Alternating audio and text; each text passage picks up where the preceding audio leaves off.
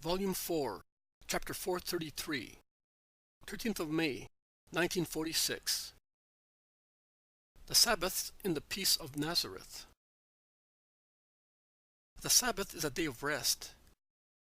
That is already known. And men rest, as well as having tools covered up or neatly arranged in their places.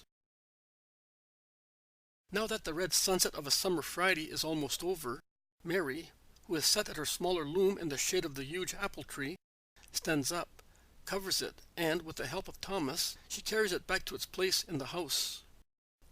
And she asks Uriah, who is sitting on a little stool at her feet, sewing, with still unskilled hand. The dress is given to her by the Roman ladies, and fitted on her by Mary, to fold her work tidily, and to put it on the shelf in her little room.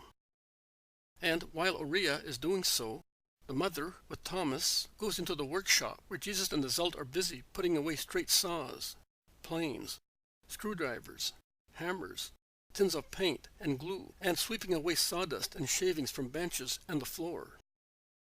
Of all the work done so far, only 2 small planks of wood remain, gripped in a vise, at an angle, so that the glue may dry up at the joints.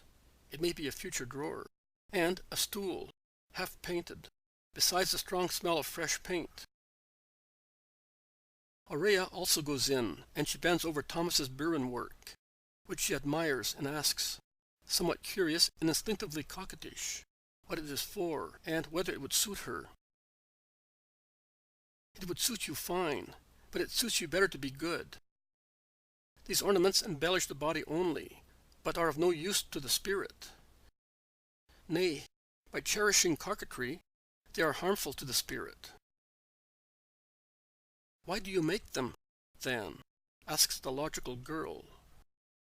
Do you want to harm a spirit? Thomas, who is always kind-hearted, smiles at the remark and says, what is superfluous is harmful to a weak spirit.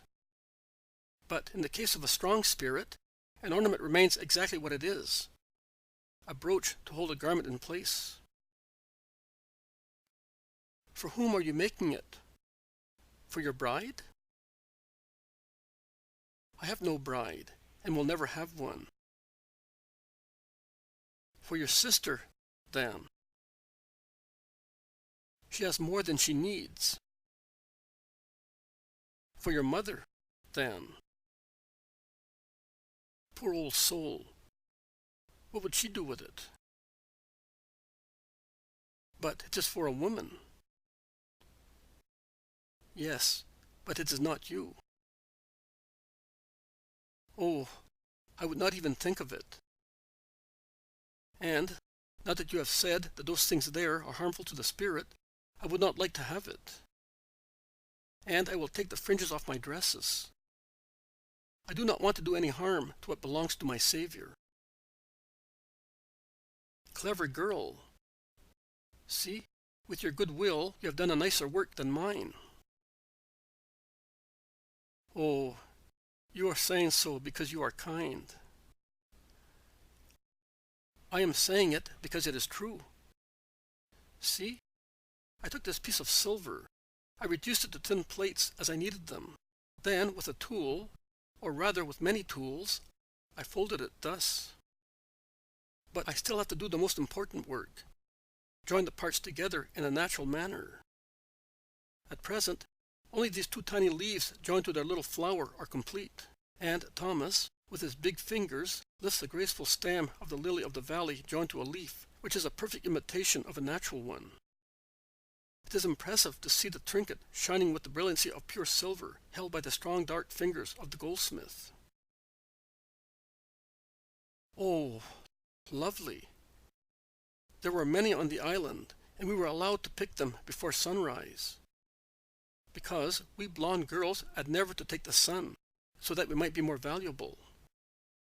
They compelled brunettes, instead, to stay out in the sun until they felt sick, to become darker. What do you say when one sells something, saying that it is one thing, whereas it is another? Who knows? Deceit. Swindle. I don't know. See, They deceived them, saying that they were Arabs, or that they came from the upper Nile, where it rises. They sold one girl, saying that she was a descendant of the Queen of Sheba.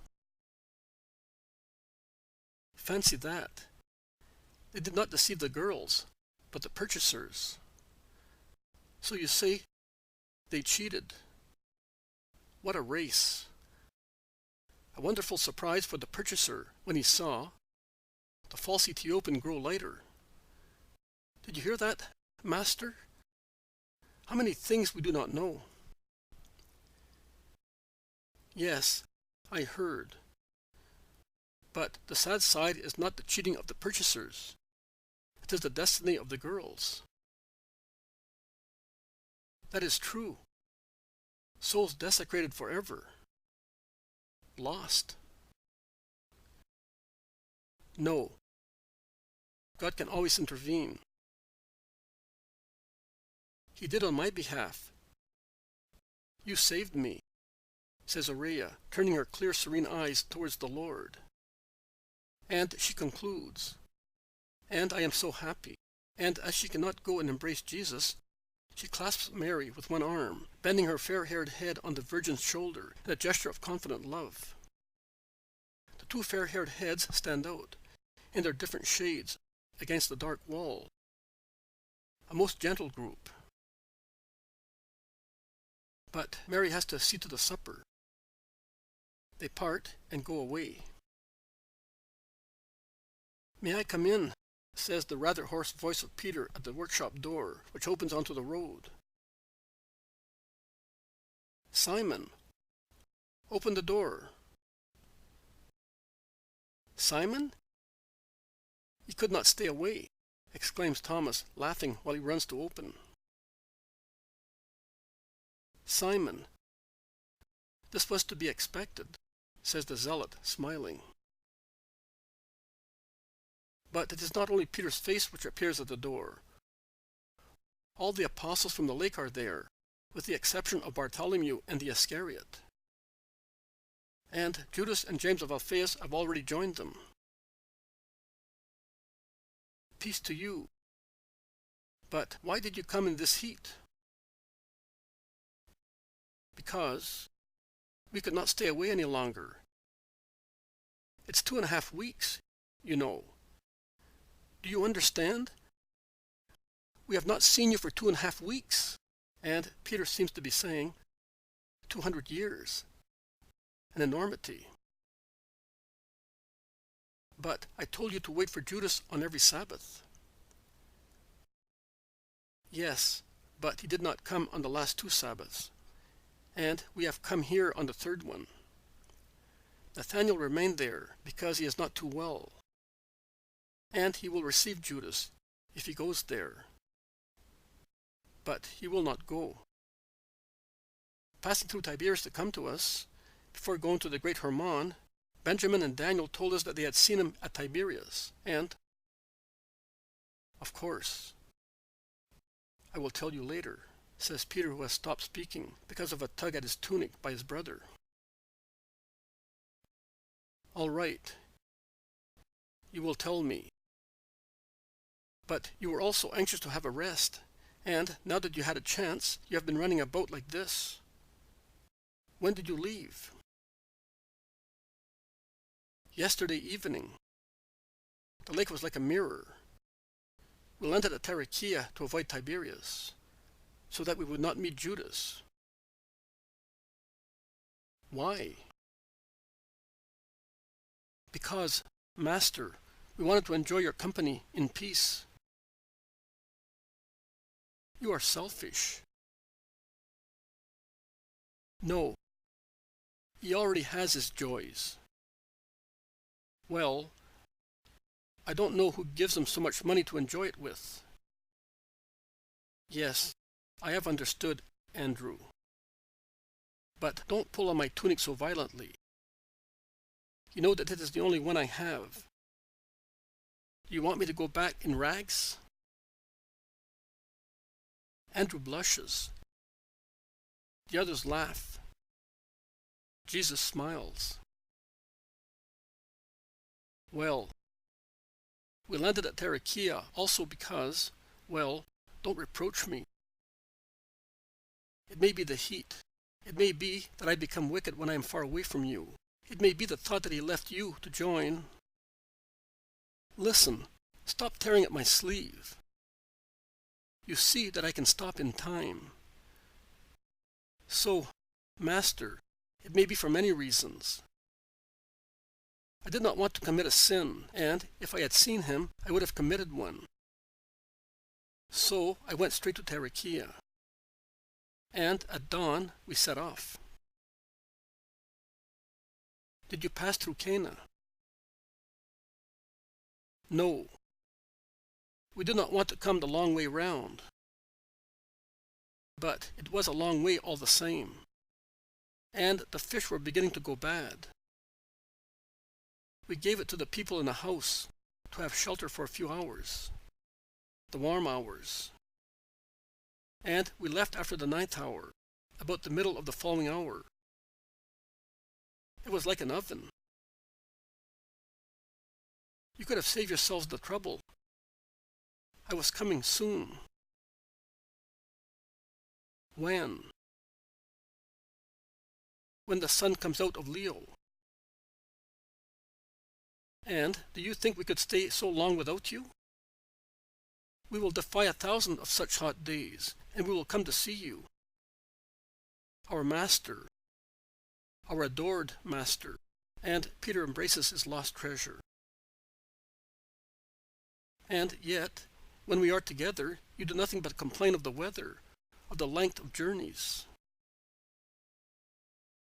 Because we are foolish. Because, while we are together, we do not really understand what you are for us. But here we are. We are all already settled. Some will stay with Mary of Alphaeus, some with Simon of Alphaeus, some with Ishmael, some with Aser, and some here, nearby, with Alphaeus. We will rest now, and tomorrow evening we will leave, and we will be more happy. On last Sabbath we had Martha and Naomi here. They came to see the girl again, says Thomas. You can see that whoever can manage to do so comes here. Yes, Peter. And what have you done during these days? We have fished, painted the boats, mended the nets. Marjam often goes fishing with the servants, which reduces the insults of my mother-in-law against the sluggard who lets his wife die of starvation after bringing an illegitimate son to her. And yet, Porphyria has never been so well as now that she has Marjam for her heart, and for everything else. The sheep from 3 have become 5, and will soon be more. It is a great help for a little family like ours. And Marjam, by fishing, makes up for what I do not do, except very rarely. But that woman has the tongue of a viper, whereas her daughter has the tongue of a dove. But I see that you have been working as well. Yes, Simon. We have worked. All of us. My brothers in their house, these apostles and I in mine, to make our mothers happy and let them rest. Well, we have been working too, says the sons of Zebedee. My wife and I have worked at the beehives and in the vineyard, says Philip. And what about you, Matthew? I have no one to make happy, so I made myself happy by writing down the things that I like to remember.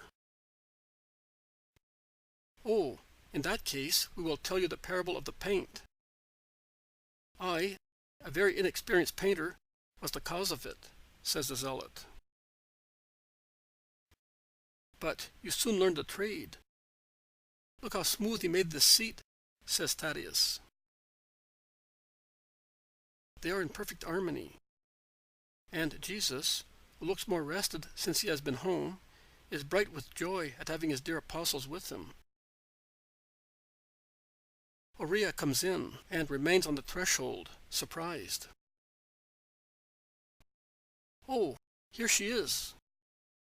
Look how well she is. She looks like a true little Hebrew, dressed like that. Oriah blushes and does not know what to say. But Peter is so good-natured and fatherly that she soon recovers and says, I am striving to become one, and with the help of my teacher, I hope to be one soon. Master, I'm going to tell your mother that these people are here, and she goes away quickly. She is a good girl, states the zealot. Yes, I would like her to remain with us in Israel. Bartholomew lost a good chance and much joy by refusing her, says Thomas. Bartholomew is very respectful of formulae, says Philip, excusing him. His only fault, remarks Jesus. Mary comes in. Peace to you, Mary, say those who came from Capernaum. Peace to you. I did not know that you were here. I will provide at once. Come in the meantime. Our mother is coming from our house with some provisions, and Salome is coming as well. Do not worry, Mary, says James of Alphaeus. Let us go into the kitchen garden. The evening breeze is rising, and it is pleasant in there, says Jesus. And they go into the kitchen garden and sit here and there, conversing fraternally, while the doves coo, competing for the last meal which Oriah is spreading on the ground. It is then time to water the flower beds and the beautiful vegetables, so useful to man. And the apostles want to do it cheerfully, while Mary of Alphaeus, who has just arrived, and Oriah and the Virgin prepare a meal for the guests. And the smell of sizzling food mingles with that of the moist earth, as the chirping of birds competing cheekily for a good spot among the thick leaves above the garden mingles with the deep or shrill voices of the apostles.